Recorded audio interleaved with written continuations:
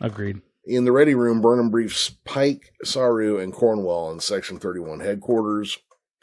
Detmer is to keep the ship close enough to the base, if at all possible, while Aaron would beam over to the data center once the landing party has it secured, and then restore Cornwell's access to control. So they know that control's there. I don't think they have a full idea of what it is yet. No, well, they know what it is, but they don't know what it has become, Yeah. I think. Pike wishes them luck and just kind of sends them on their way. Burnham, Non, and Ariam beam onto the station, hovering for a moment above the deck before their gravity boots kick in. Phasers in hand, they move ahead. Burnham reporting back to Discovery that the artificial gravity was out, and there were no life signs. I did like the Starfleet logo on their gravitational boots. Yeah.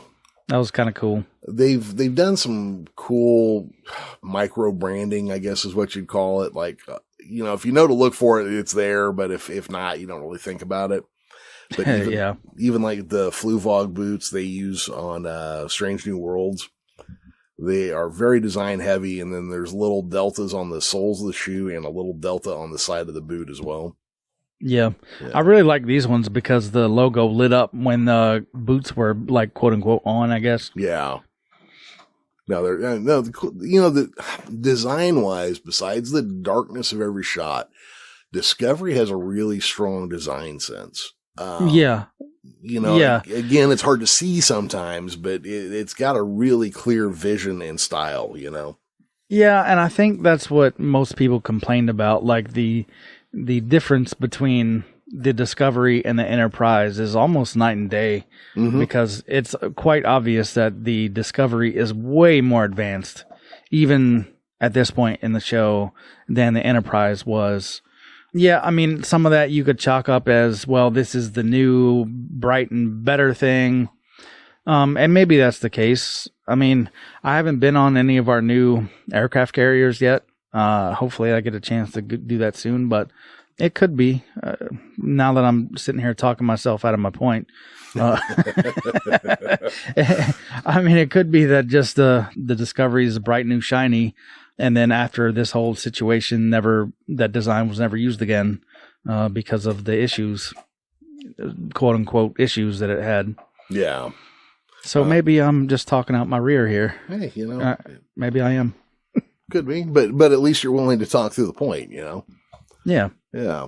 Burnham asks Non if she knows how to restore life support, and Non reluctantly lets Ariam out of her sight and goes to see if she can restore life support. They see more blood and signs of a struggle, but no idea of who or what or why. As they enter the next corridor, they discover a body and then look up to see 3 more. Examining one body, Ariam's biometric scans show they had died at least 2 weeks earlier. Oof. Okay, so now this is the group of admirals they spoke to a little while back. And Pike, catching this, because there's a live feed going back to the Enterprise or the Discovery. Pike asks, well, if she was dead, then who have we been talking to? Saru believes that he has an answer.